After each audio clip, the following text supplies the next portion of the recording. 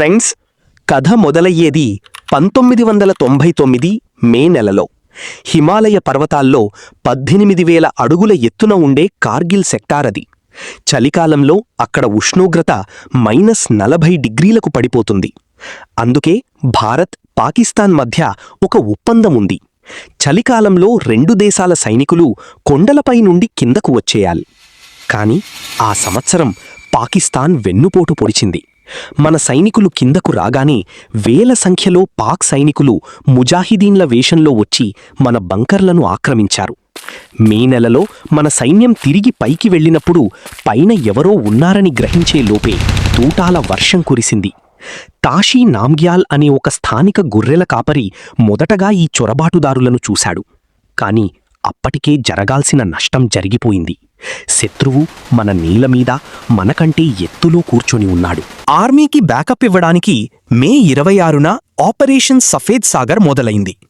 Indian air force రంగంలోకి దిగింది. కాని ఇక్కడే ఒక పెద్ద చిక్కు వచ్చిపడింది. గాలి పలుచగా ఉండటం వల్ల యుద్ధ విమానాలు సరిగ్గా గాల్లో తేలలేవు. లిఫ్ట్ తక్కువ ఉంటుంది. పైగా శత్రువు దగ్గర స్ట్రింగర్ మిసైల్స్ ఉన్నాయి. మే 27న మన MiG-27 ఇంజన్ ఫెయిల్ అయ్యి కూలిపోయింది. దాన్ని వెతుకుతూ వెళ్లిన స్క్వాడ్రన్ లీడర్ అజయ్ అహూజా గారి MiG-21 విమానాన్ని శత్రువులు క్షిపణితో కూల్చేశారు. ఆ మరుసటి రోజే ఒక Mi-17 హెలికాప్టర్ కూడా కూలిపోయింది. 4 వీర జవాన్లు అమరులయ్యారు. ప్రపంచం మొత్తం భారత్ ఓడిపోతుందా అని చూస్తోంది.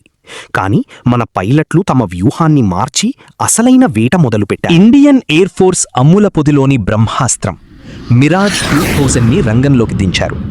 ఈసారి పగలు కాదు, రాత్రిపూట దాడులు ప్లాన్ చేశారు. లేజర్ గైడెడ్ బాంబులను మన విమానాలకు అమర్చారు. జూన్ 24న చరిత్ర సృష్టించబడింది. ఆకాశంలో ఎత్తు నుండి చూస్తే కొండలపైన ఉన్న శత్రువుల బంకర్లు చిన్న చుక్కల్లా కనిపిస్తాయి. కాని మన పైలట్లు ఆ చీకటిలో కూడా లేజర్ టెక్నాలజీతో శత్రువుల మెయిన్ హెడ్ క్వార్టర్స్ని గుర్తించారు. ఒక్క దెబ్బతో టైగర్ హిల్ పైన ఉన్న శత్రువుల బంకర్లను నెలమట్టం చేశారు.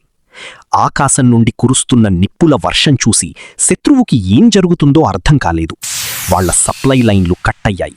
తిండి, ఆయుధాలు లేక శత్రువు బలహీనపడ్డాడు. ఎయిర్ ఫోర్స్ ఇచ్చిన ఈ సపోర్టుతో మన ఆర్మీకి కొండలెక్కడం సులభమైంది. ఆ మంచు కొండలపైన ప్రతి అంగుళం కోసం మన సైనికులు పోరాడారు. విక్రమ్ బత్రా లాంటి వీరులు ఏ దిల్ మాంగే మోర్ అంటూ శత్రువులను చీల్చి చెండాడారు. జులై 26, 1999 నాటికి కార్గిల్ పర్వతాలపైన మన త్రివర్ణ పతాకం మళ్లీ సగర్వంగా ఎగిరింది. ఫ్రెండ్స్, ఆపరేషన్ సఫేద్ సాగర్ అనేది కేవలం ఒక యుద్ధం కాదు. అది మన పైలట్ల చాకచక్యం, మన సైనికుల మొండి ధైర్యం. ప్రపంచంలో ఇంత ఎత్తులో జరిగిన ఏకైక వైమానిక యుద్ధంగా ఇది చరిత్రలో నిలిచిపోయింది. దేశం కోసం ప్రాణాలర్పించిన ఆ వీరులకు మనందరి తరపున వందనం. జై హింద్.